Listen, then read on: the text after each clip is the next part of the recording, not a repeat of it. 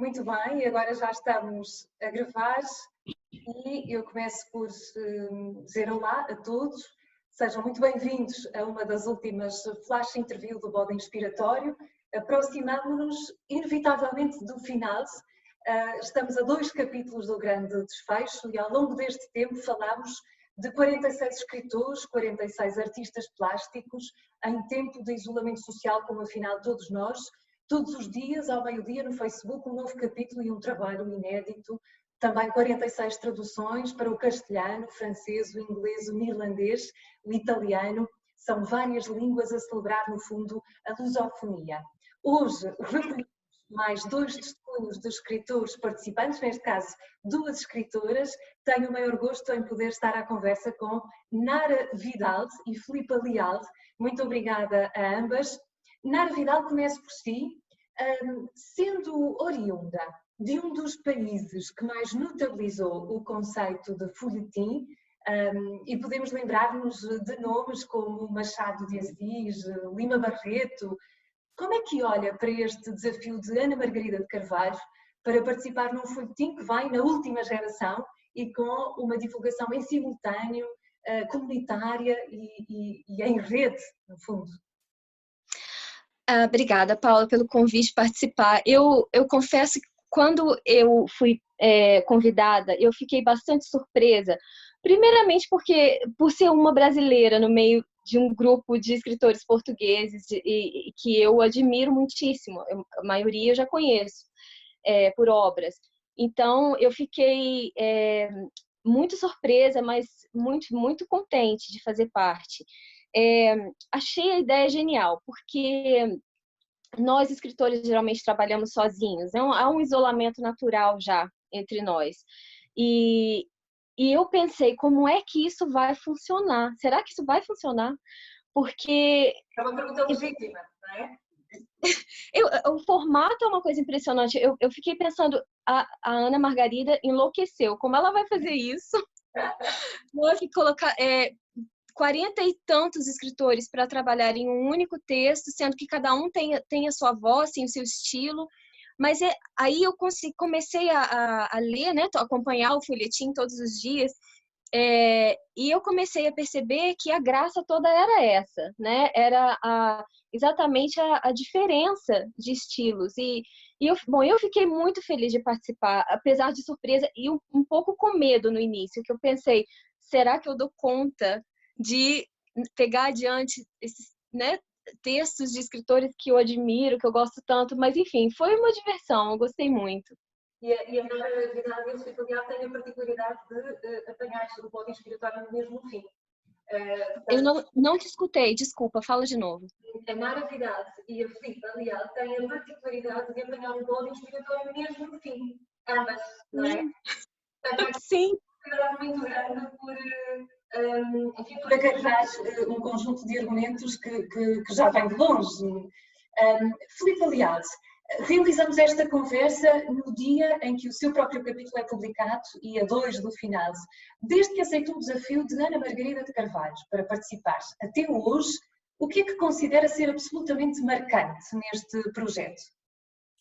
Bem, eu achei, olá, eu não tinha tido a oportunidade de experimentar.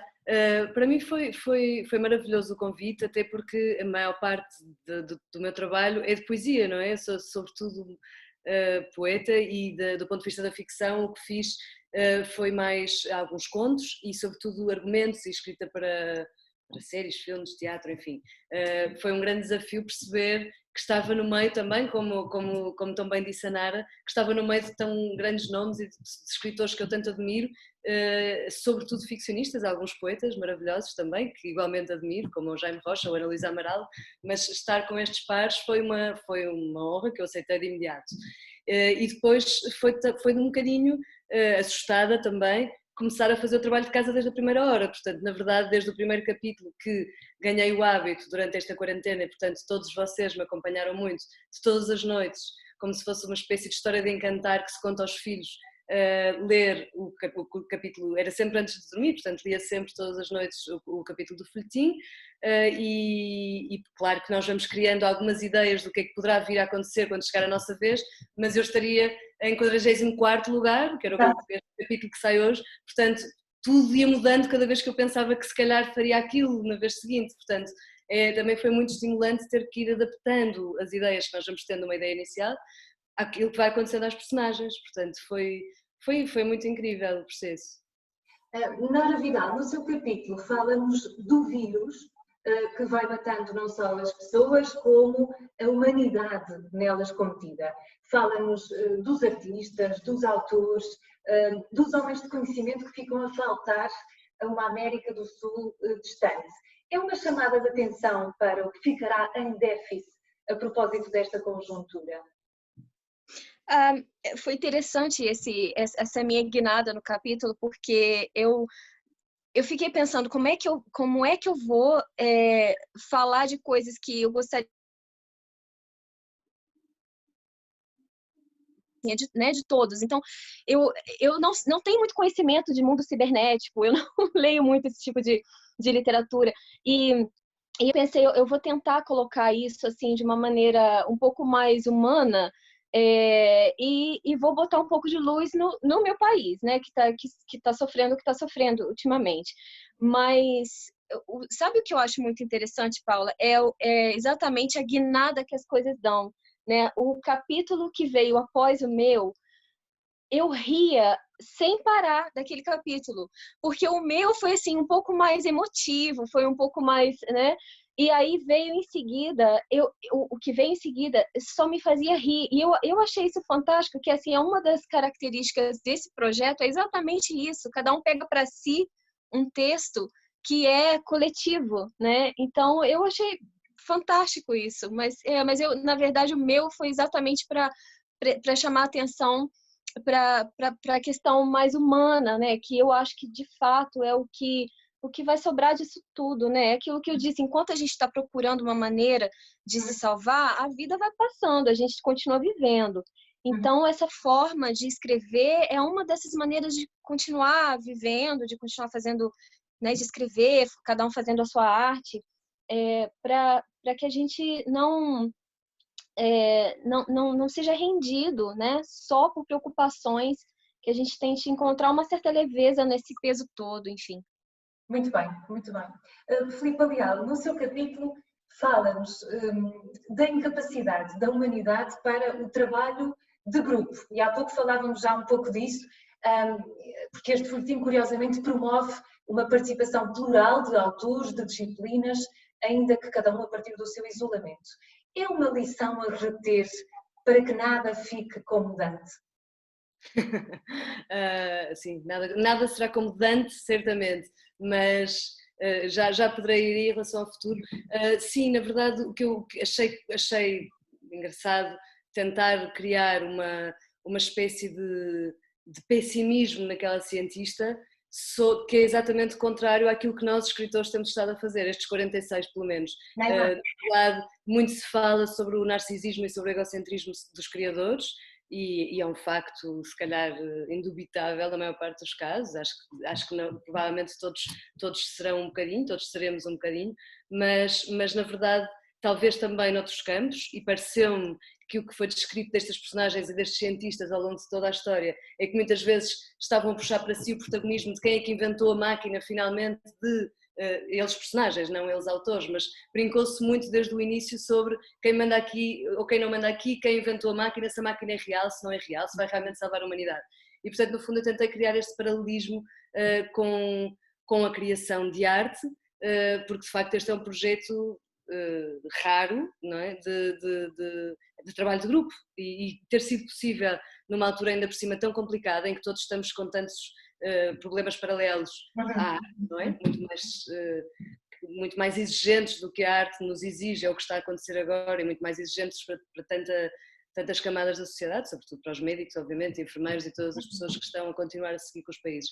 Mas de facto é como se esta cientista acreditasse, e talvez seja uma possibilidade, que só quando se juntassem os cientistas todos, em vez de estarem a ver quem é que se é na Alemanha ou em Portugal ou no Brasil ou nos Estados Unidos, que descobrem de facto, ou na China, uma solução para isto, se calhar se todos estivessem num diálogo mais forte, partindo desse pressuposto, não sou cientista, que talvez também pudesse acontecer, mas sobretudo o que eu queria chamar a atenção nesta personagem, neste discurso que ela deixaria para um futuro, seria a noção de que uma pandemia de facto é a primeira coisa, pelo menos no meu tempo de vida, em 41 anos, é a primeira vez em que eu vejo um sofrimento de facto comum no mundo inteiro. Não há ninguém, pronto, há países onde há mais mortes do que noutros, e que estão numa situação mais terrível do que noutros, mas por uma vez o mundo está todo fechado, digamos assim, e portanto não, quando a personagem diz a pandemia da vizinha não é menor que a minha, pronto, é uma forma irónica de dizer que de facto por uma vez não podemos queixar-nos mais do que os outros, digamos assim, claro, temos que estar de facto convencidos de que estamos todos a passar mal e que é preciso, por uma vez na história pelo menos dos últimos 41 anos que eu conheço, a história que eu conheço e que eu vivi, estarmos atentos a isso e portanto acho que é um desafio para o egocentrismo, para o narcisismo, para mesmo dos países, digamos assim. Exatamente, exatamente. Nara Vidal é autora, reconhecida por um dos mais importantes prémios no território da lusofonia, o Oceanos, e que muito nos honra, obviamente, e vive em Inglaterra há quase 20 anos, o que lhe dá também, ao mesmo tempo, distância sobre precisamente a lusofonia. Que importância considera ter a escala ganha pelo projeto com as traduções para 5 línguas e que até já lhe valeu, enfim, notícias e projeção no The Guardian, na BBC. Como é que comenta isto? Que escala é esta? Eu estou sempre muito ligada à literatura em língua portuguesa, né? Especialmente literatura brasileira. Talvez a razão disso seja exatamente por morar fora, né? Então, assim, é como se fosse uma corda na qual eu me seguro para não cair, né? Assim, sou eu, a língua sou eu. Então, por exemplo, eu não consigo criar ficção em inglês, apesar de estar aqui já há tantos anos. A minha ficção toda é em português, porque sou eu, então eu não tenho como fugir disso. E o que eu vejo é, quanto mais próxima eu fico, quanto mais eu conheço, quanto mais autores e livros eu conheço em língua portuguesa, mais eu me encanto pela qualidade dessa literatura, que é relativamente pouco conhecida, né? Então, eu acho que as traduções, e aqui eu faço um parêntese para o trabalho impressionante dos tradutores. Eu conheço algum desses tradutores do inglês, olha, é de tirar o chapéu, uma coisa impressionante, como eles se organizaram de uma maneira tão rápida, tão eficiente, fazendo um trabalho tão brilhante, porque uma tradução de literatura é um trabalho é um trabalho muito minucioso, é um trabalho muito difícil de ser feito. Então, eu preciso só reconhecer isso, né? Esse trabalho impressionante que eles fizeram em todas essas línguas. E eu acho que a questão das traduções é uma questão que destaca exatamente essa possibilidade de transitar, das literaturas transitarem um pouco entre si, né? Então, nós passamos a conhecer a literatura feita em Portugal, no Brasil, através de outras línguas. Isso é muito importante. Eu acho muito importante essa possibilidade de troca, porque a gente sabe muito da literatura inglesa, a gente sabe bastante da literatura francesa, mas em língua portuguesa ainda está em expansão, e não que isso seja um destino final, mas seria muito interessante ter uma troca. Eu acho muito importante esse trabalho nesse sentido. Muito bem, uma troca mais equilibrada, não é? Uma troca mais equilibrada. Filipe Leal, para terminar, gostava de ouvir ainda sobre um outro ponto. Neste projeto, a par e passo com as palavras escritas, andam as palavras ditas. Todos os capítulos, como sabem, são locutados e retratados em vídeos com áudios à medida. Para quem, como a Filipa, tem na voz um importante instrumento de contar, de transmitir, como é que olha para a vertente áudio do Bode Inspiratório? Eu acho muito essencial que se possa recorrer às mais diversas ferramentas que neste momento estão disponíveis, não é? Portanto, na verdade, ainda por cima, estando nós todos fechados em casa, achei muito interessante que se optasse também por vídeo, por áudio, por juntar e, sobretudo, juntar artistas plásticos a este projeto, que são... que se tem, no fundo, quem não conhece estes tradutores, estamos a falar de tradutores, mas para quem não conhece também grande parte da cultura portuguesa e que esteja com atenção às nossas traduções, felizmente a parte das artes plásticas não precisa de ser traduzida e também dá uma noção do que é que se faz em Portugal noutro ponto de vista. Achei muito interessante e eu própria já gravei também e tenho que tirar o chapéu e dar os parabéns imensos à Ana Margarida de Carvalho e a vocês todos que fizeram um trabalho impressionante. Portanto, eu também já gravei para a RTP Play um vídeo a dizer eu mesma também o meu texto e sei que vai ser dito, penso que em áudio, depois de outra maneira, e também hoje mesmo, que foi publicado ao meio-dia, já está disponível a tradução para francês, da Joana Cabral, com um desenho maravilhoso da Matilde Martins, e de facto vocês são umas máquinas de produção de bodes expiatórios, inspiratórios. Portanto, foi fantástico, achei muito interessante também a versão áudio, até porque pode ser uma outra maneira. Há imensa gente que neste momento está muito mais ligada nos audiobooks do que propriamente na leitura e temos de ter consciência disto também. E por isso talvez assim também cheguemos a outro género de leitores. Exato. Acho que necessidade dos suportes para chegarmos a mais pessoas. Ainda mais.